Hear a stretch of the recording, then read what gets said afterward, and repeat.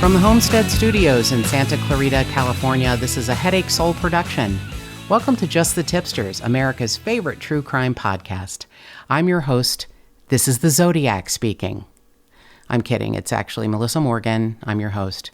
I just sound like the Zodiac because after 2.5 years of dodging the bullet, I attained non-virgin COVID status after 2.5 weeks on a job that is trying to kill me, literally and physically. So I don't want to complain too much. I mean, I do, but it's rude because so many other people have had it so much worse. And basically the variant I got was like a shitty cold, but it's still kicking my ass. And I still have my sense of taste and smell. I don't have any other of my senses, but I do have those. And the worst part was the fatigue and the headache that was so severe, it felt like the sutures of my skull was splitting apart. But, I'm fine. I'm now COVID negative, and here I am. Rock me like a hurricane. So one thing I learned during COVID, besides the fact that the human soul weighs 21.3 grams, I think, is that Ted Lasso is an entire experience. I have heard people wax poetic about it for years, and I just didn't want to give a shit. I don't like sports, and I don't really know much about soccer, but it is not about sports or soccer. It's about life. It's about relationships and personalities and divorce and coupling and anxiety and friendships and on, philosophy. And I mean, it's such a great, funny, kind, thought-provoking television show. I'm like blown away. I'm blown away. If you don't cry at least once, I don't want to be your friend. So I think there's just 2 seasons so far. I binged both of them within just a couple of days because I was, at home and in the bunker. And I'm looking forward to season 3. Also in the true crime world, the 4-part limited series on Netflix. By the way, Ted Lasso is on Apple TV, I think. The limited series, D.B. Cooper, Where Are You? On Netflix is really well done. I mean, I didn't know a whole lot of details about this mythological case, but these filmmakers just do a fucking bang-up job. I mean, they are what you want in an investigation team. They are obsessed. Not all of them, but the main producers, creators of this content are obsessed. And I'm, fascinated by them and by the story. They've made me interested in the story for the first time. And 50 years old now or something like that? It's just really well done. They made it like of the time, the graphics are very interesting. And the story is just well done. The interviews with the people, they actually got some pretty great firsthand interviews with people I didn't think would still be alive and that had interesting opinions for one reason or another.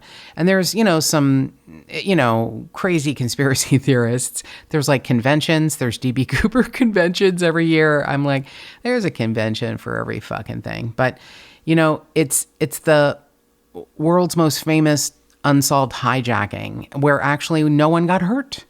And that sort of makes it more interesting than most, I think. So also binge watched some old episodes of Diagnosis Murder. And you know what? It's like a goddamn fever dream. It was way ahead of its time in the late 90s kind of thing. And it was epic. There was, besides the fact that it's helmed, by Dick Van Dyke, who is just a national treasure. Shelley Long, I guess they have like what would be known as like sweeps season or sweeps week, where TV shows would do what they called stunt casting. And they would have really big famous guest stars come on and do a really weird role. And Shelley Long was a murder mystery writer who murders her own agent because she has writer's block. And then Adam West basically played himself, like a washed up TV star who has a ghostwriter. It's an amazing episode. It's bad and good. It's really bad and good. So we're going to have upcoming cases from Wisconsin, from Southern California, from Africa. And I want to say that, Kurt Vonnegut said, you meet saints everywhere. They can be anywhere. They are people behaving decently in an indecent society. And I really like that quote, and I think I mostly think of them as angels, but saints are another good word. And it's all semantics. I mean, I do love a good turn of a phrase, like an unusual word in a sentence or to describe a situation from your own perspective, using a word that might mean something more to you. And honestly, the few reviews where people have said, that I have a good vocabulary, it's like you handed me a tiara and I'm, crowned Miss Universe or something.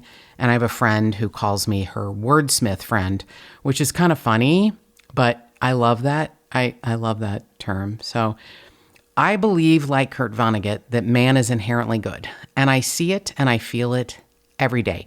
No matter how many damn cases I talk about, there are saints or angels or whatever you want to call them out there everywhere.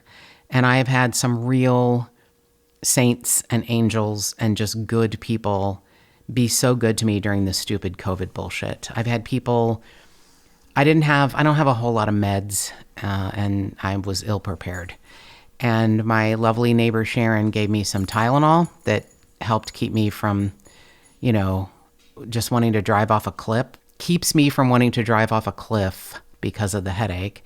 My lovely neighbor Kim brought me matzo ball soup from Cantor's Deli because she was working there and we have no good, decent delis in Santa Clarita. I can't even, my neighbors Mike and Teresa did a Sam's Club run for me. I added Mike as my additional pickup person. I paid for it. He picked it up. They brought it contactless delivery into my garage because they are, stellar human beings. So I see angels every damn day. I feel saints every damn day. And I always knew they were there, but since Mark passed away, there's like a flurry of angel activity. I'm really blessed. So once again, this case came to us from Tipster Debbie, who is just fucking knocking it out of the ballpark. I mean, also variations on a theme. She is the one who brought the Connie Converse case to me. And this is another missing singer-songwriter. And this is probably going to be a different kind of a thing than Connie's case. They're similar in that these two interesting musicians went missing. But Jim Sullivan's case is very different. He was an interesting cat, and there are some really great theories, and I have to tell you, some friends of mine have made this case even more interesting to me, and I'll get to that. But Jim Sullivan was a boy born in California. His parents were from Oklahoma, Irish Catholic, who moved to California, and he was a big guy. He was like 6'2", and he played football in high school, and he was in bands knocking around his hometown of San Diego. He actually was in a band with his sister-in-law, Kathy, called The Survivors, and we're going to talk about her a little later also. So he and a friend ended up buying a bar after high school near the University of San Diego, but somehow it lost money. I don't know how you lose money in a bar, bad management, I guess. So he and his wife, Barbara, take their young son, Chris, and they move to Los Angeles. And Barbara ends up being an employee at Capitol Records, and you would think that might help if your husband is a serious singer-songwriter, but it turned out to not be a helping hand up for Jim. But she worked there her entire career, like for decades she worked there. So Jim ends up, playing around some very prestigious clubs in the LA area, mostly hanging around Malibu. There was a live music venue called The Raft, and he was a regular there. There's some great pictures of him because he was so tall, like his head comes just almost underneath the hanging sign out front of the club. It's pretty interesting. So he'd moved to LA in 1968 because he had this belief in himself that he was a good singer-songwriter. And I'll just be honest with you, he is. He is a weirdo of epic proportions, and he's fucking good. And when you hear this recording from 1969, and granted, he had a lot of magical help, but you can't believe this recording is from 1969, and it was so far ahead of its time.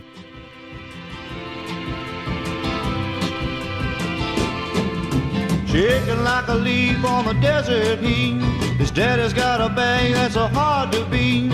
I bought me a ticket, got a front row seat. I'm checking out the show with a glassy eye, looking at the sun dancing through the sky. Did he come by UFO?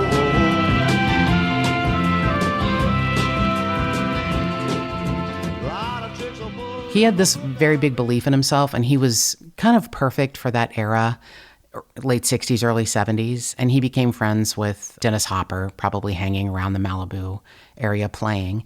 So he's cast as an extra in the movie Easy Rider, and he's perfect for that film because he looks like a cross between like John Belushi and John Popper from The Blues Traveler, like that handlebar mustache, and I think they're called pork chop sideburns. I could be getting that wrong, but you know what I'm talking about, the big kind of fluffy sideburns dudes had of that era. And he, did a couple of TV shows. He ended up performing on the Jose Feliciano variety show. He had friends that, took up some funding when the people at Capitol Records, where his wife worked, decided not to produce an album with him. So he had these friends who happened to be connected. And one of them is Al Dobbs. And he believed in Jim so much, he put his own money into a record label called Moni, I think. Maybe it's Moni. It's Monnie. But he set up this record label specifically for Jim. And I'm just telling you, I know somebody who would love this story so much, and that's Mark Humphries.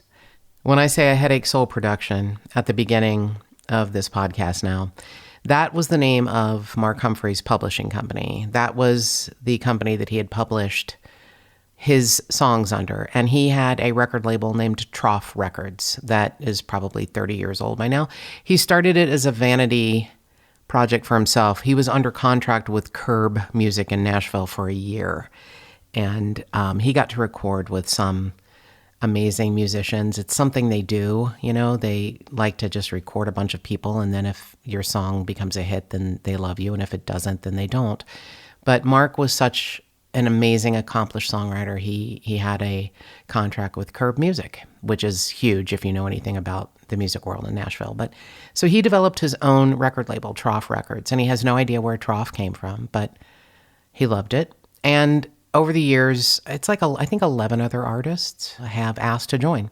So he ended up being more of a producer of other people's music than his own. But if there's anyone who would love this story, it would be Mark Humphries. And there are so many similarities.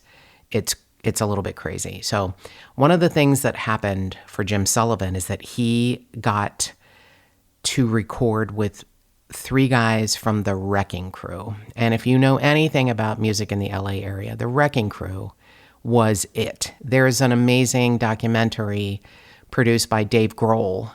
I believe that they recorded one of the Nirvana albums. It could have been, the Nevermind, the big one, at the studio for the Wrecking Crew in Van Nuys, California, which ironically is where Mark Humphries and I lived in our first house together that we rented for 7 years.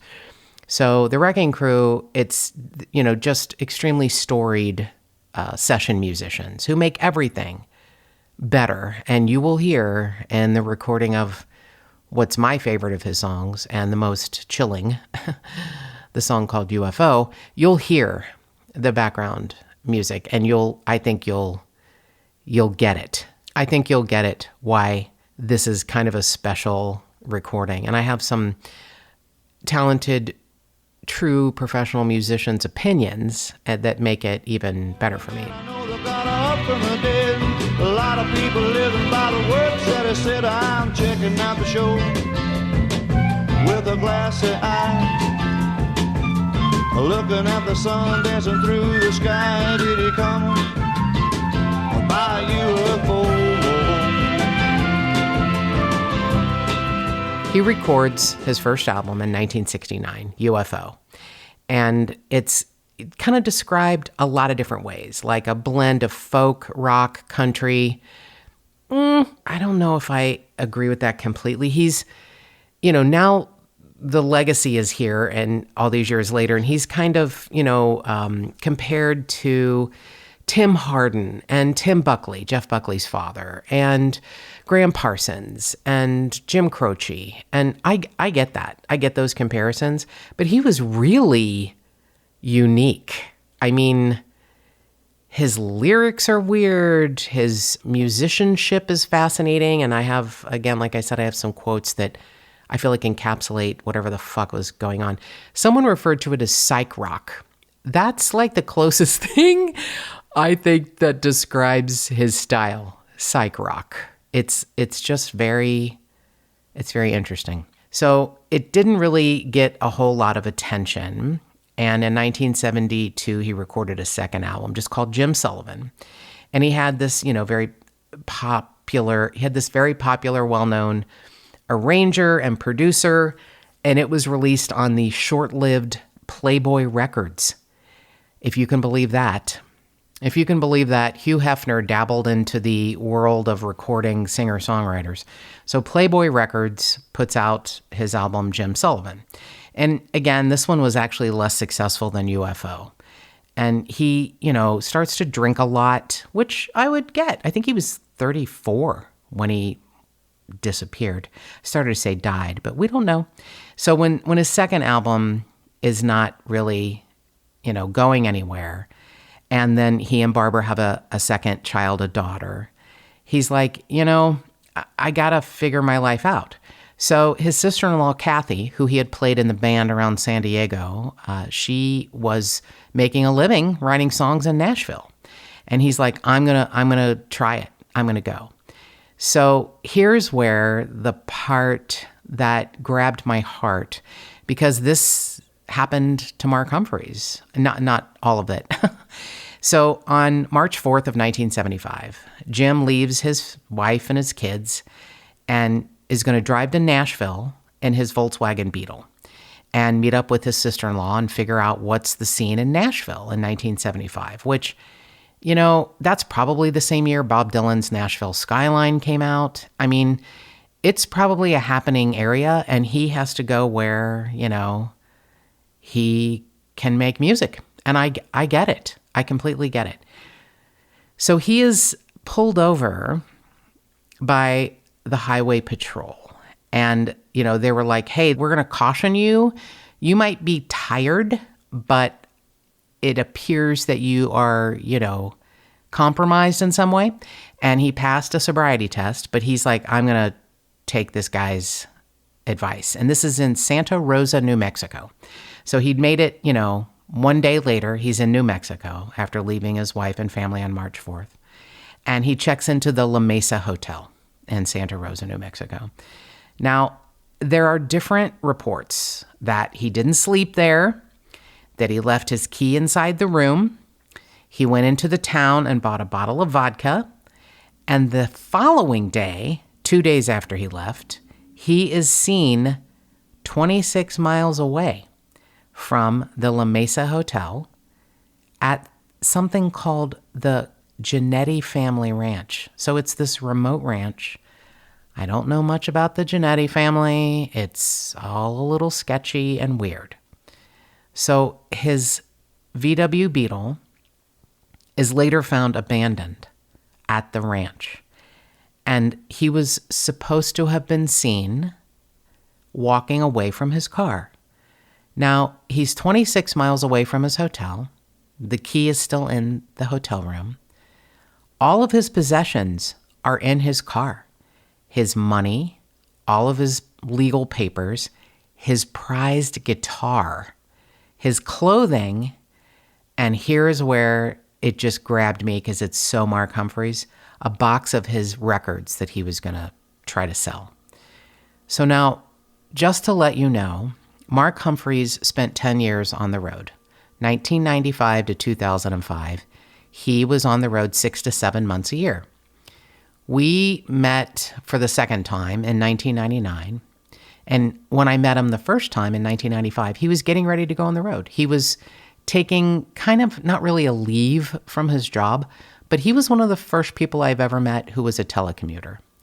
And he loved telling the story because it was such a great story of a place he ended up working for 37 years of his life and who treats me to this day like family and treated him like family. And you don't make companies like Watt companies anymore. But Ray Watt, God bless him, Ray and Don Watt started this company as developers right after they got back from World War II.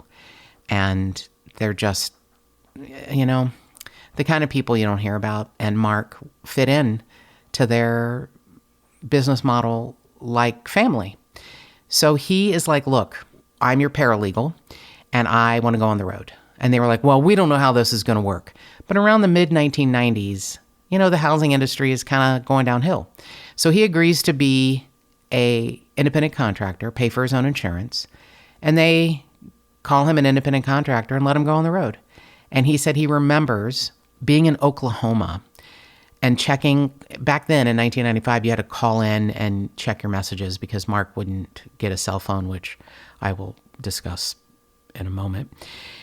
So he calls to get his messages, and there's an important contract that needs to be done. And he pulls over and goes to a truck stop where he can plug up his computer.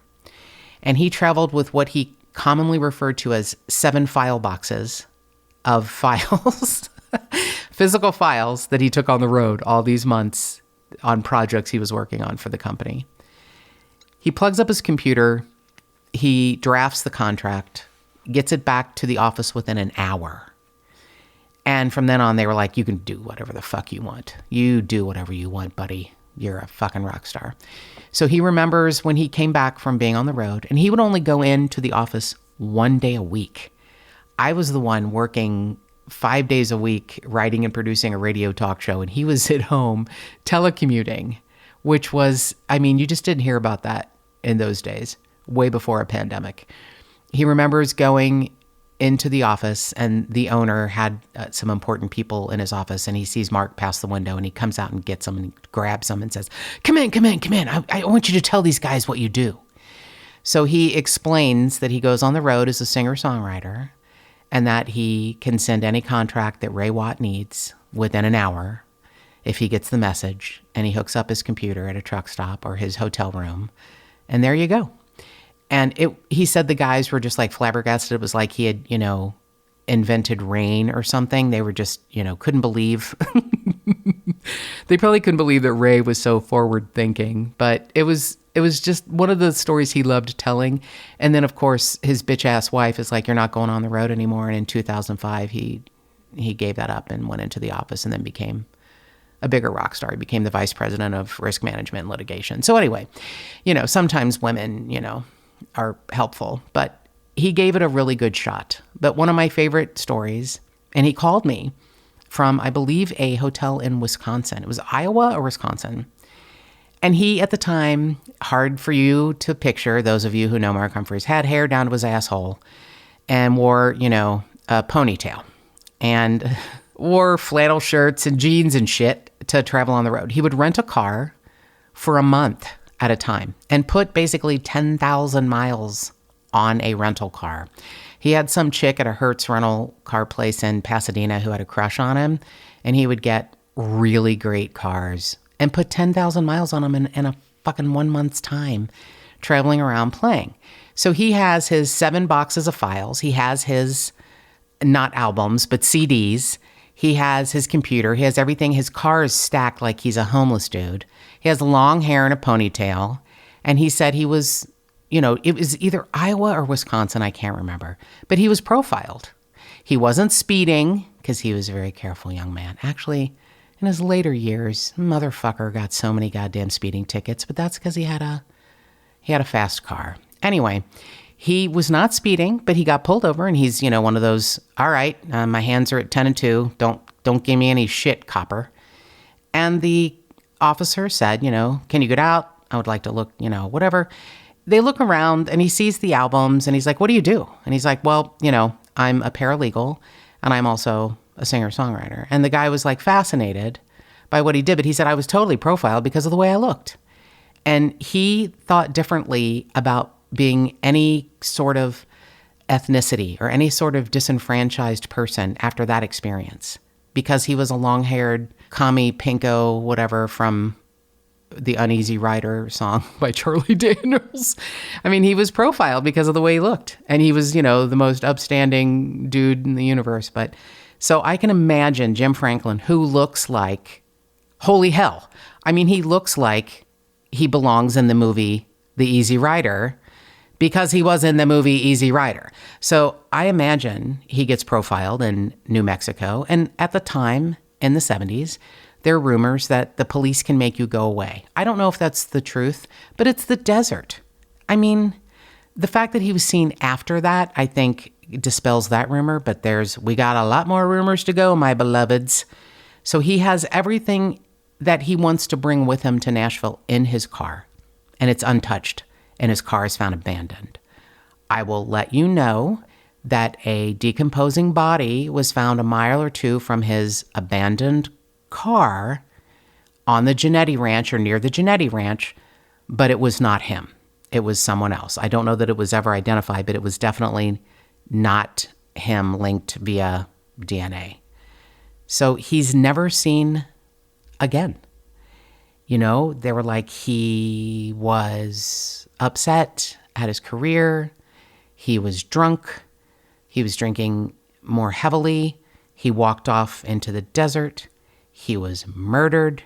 Maybe he just got, disoriented and lost. Or he was abducted by aliens. I know. I'm just going to tell you, the song UFO is ethereal and otherworldly and beautiful.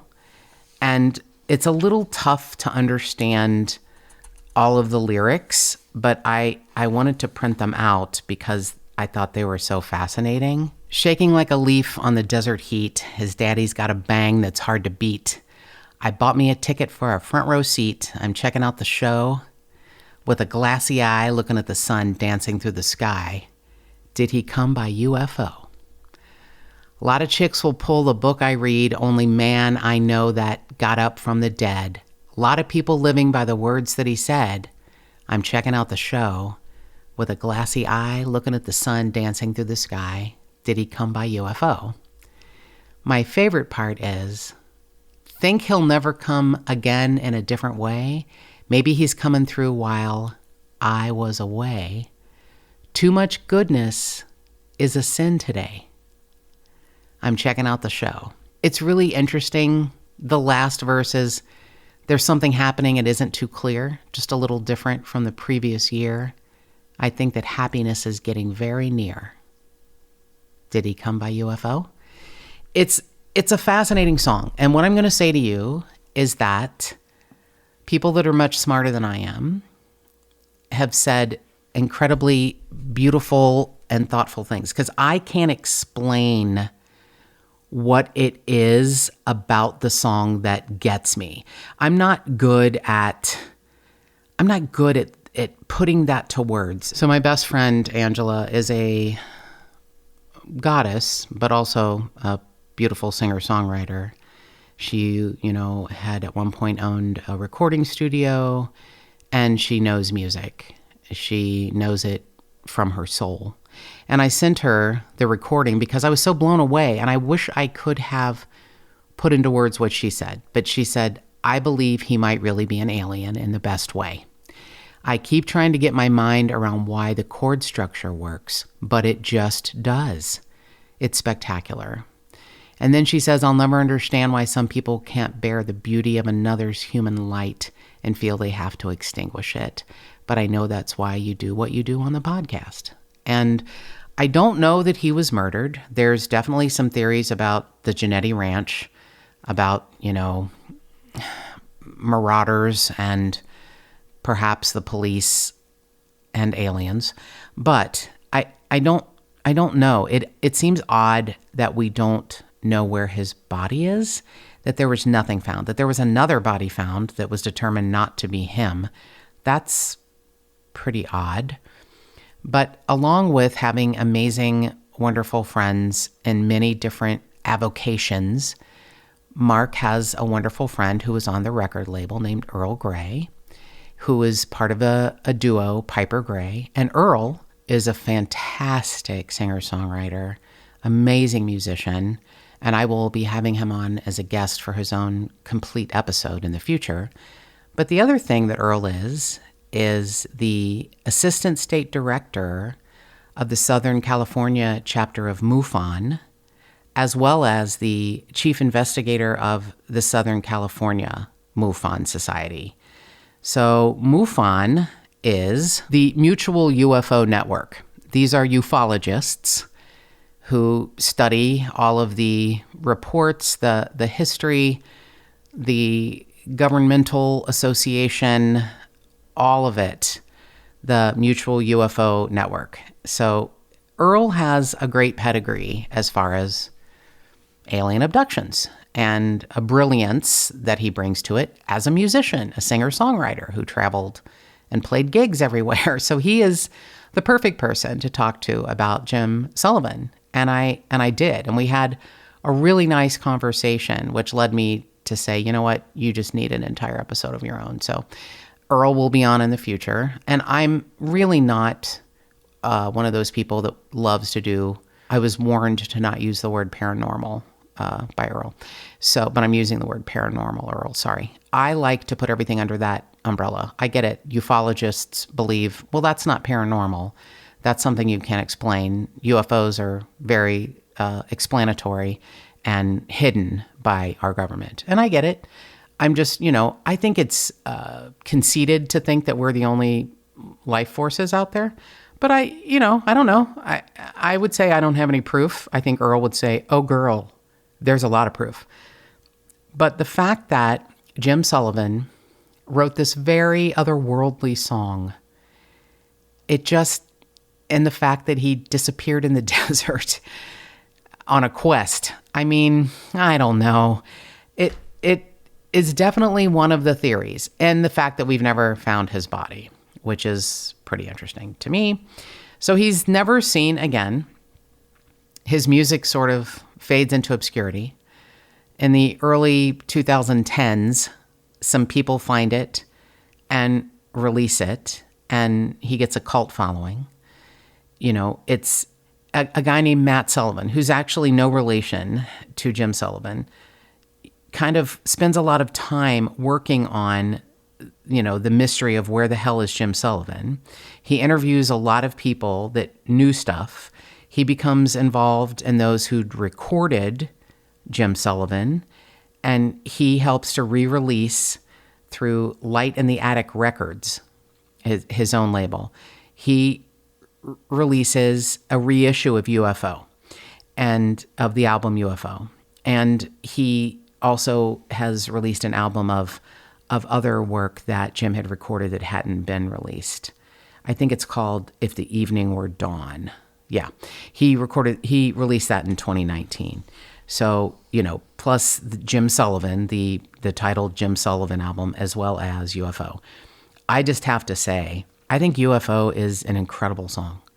It's timeless, It's so weird that it was recorded in 1969 to me.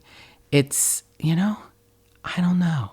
Jim Sullivan's son, Chris Sullivan, is quoted in a really interesting article in Flood magazine. He's also quoted in a New York Times article from, I think it was 2016. Flood magazine, I think it was 2019. Really well done because it is such a weird mystery. And his son, Chris, is a college professor, and I think somewhere near San Diego. I think it might be La Mesa. And he, said that the cop, that pulled his dad over for what he thought was erratic driving, he said, okay, well, you know what? I'm going to let you go and drive safe. And Jim Sullivan was like, okay, thank you. And he checked into, the La Mesa, odd named La Mesa Motel in Santa Rosa, New Mexico. And that's it. I mean, seen walking away, I don't know if I believe that those people saw him. I believe he probably was sighted at the local store buying vodka because we know he had started to drink more than he normally did. So here's another account that bothers me somewhat. I don't know from what kind of telephone. I don't know if it was from the motel, like Mark used to call me from his crappy motels. He had a calling card back then. And I'll tell you the cell phone story in a minute. So Jim calls his wife, Barbara, from somewhere in New Mexico. And she's like, is there something the matter? Is anything wrong? She said he was speaking kind of like cryptically. And he said, you wouldn't believe me if I told you. And she's like, no, I want to know what's going on. And he goes, forget it. Just forget I said anything. I'll just call you from Nashville. And then days went by and there's no further check-in. And Jim's family starts calling local hospitals and the police. That's where they get a hold of the officer that said, I pulled him over. I thought he was driving under the influence, but he passed a sobriety test. He told me he was going to check into a motel. They found out where he was. The bed has never been slept in the motel. And on March 8th, his car was towed away from 26 miles away from south of where his hotel was. And everything is in it. His 12-string guitar, his money, his albums, everything he wanted with him. Even his friend Al Dobbs, who started the recording studio for him and record label, said, when I heard everything was found, I knew he wasn't coming back. There's no way he would have left his guitar. I believe that with all my heart. Mark Humphreys used to obsessively check on his guitar like other people would check on their kids. So I believe that, investigators said, we can't find a reason for his disappearance. We don't know what happened. We don't know where, he is. We don't know why, if he left town. And he's this, interesting character. He just isn't known enough to make a huge splash. But I'm telling you, when you think about the fact that Jim Croce died in a car accident on his way to a gig, and then, Time in a Bottle comes out, a lot of people, are sort of revered after they're gone. We know that. I just got into an argument with somebody on Reddit who said, I just got angry. He said, what was the best advice you've ever been given? And this person said, from a very rich man, do something you're good at and the money will come. And I thought, you dumb fucker, that's bullshit. We all know so many artists who are brilliant, who nobody knows they exist. And they have to have a day job till the end of their life. And their art isn't ever known or isn't discovered until, how many famous, brilliant artists do we know of today who died in poverty? That was the dumbest piece of advice. You can Malcolm Gladwell that fucking shit all you want, motherfucker. 10,000 hours of, working on your craft and then you become, fuck you. I don't know what the answer is. I don't know what the crapshoot is. I don't know what the luck or the blessings or whatever.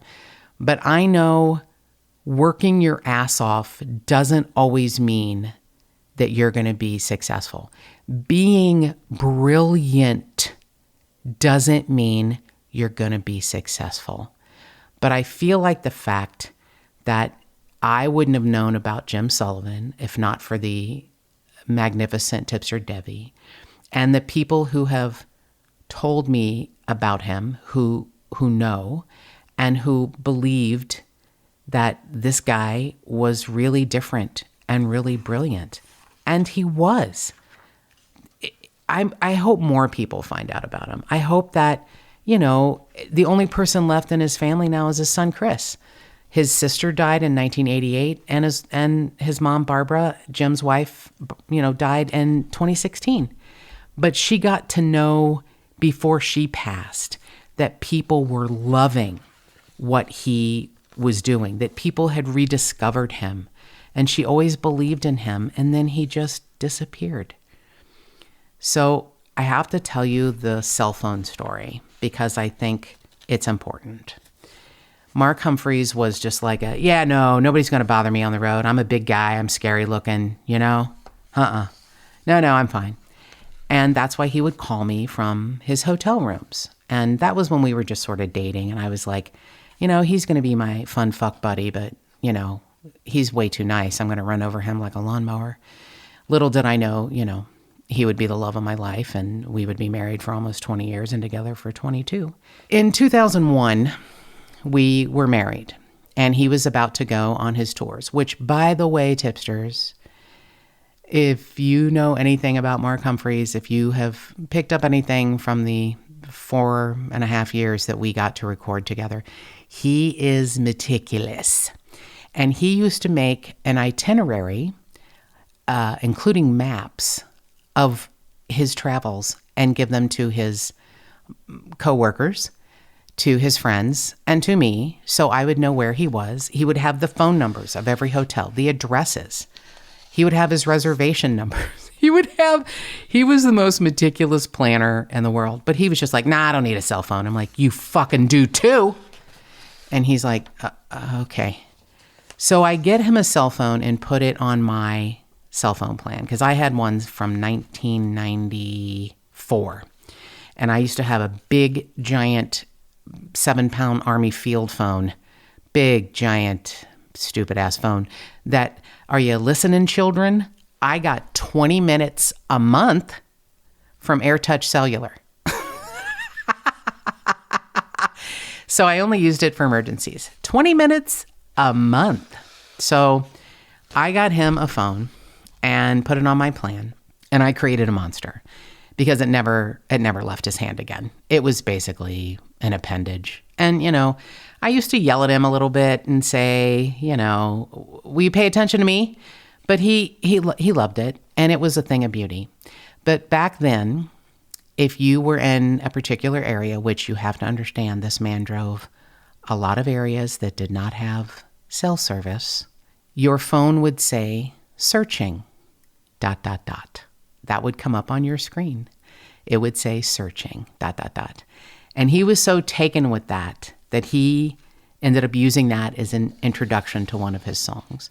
And it was such a beautiful testament to the fact that we're all searching. We're all searching. Even when we find something, even if we find something that we think is worthwhile in our life, that gives us, that shows us merit, that we have a great life, we're still always searching. And I just feel like that's an amazing way to think about Jim Sullivan. Maybe he found something. Maybe he didn't. Maybe someone found him who wasn't a good person. But I'm going to urge you to take some time and listen to his music, because he is a true artist, and maybe he is from another world. And if you know anything about what happened to Jim Sullivan, consider giving us a call at 832-847-7837, the Tipster hotline. You can always email us at jttipsters@gmail.com.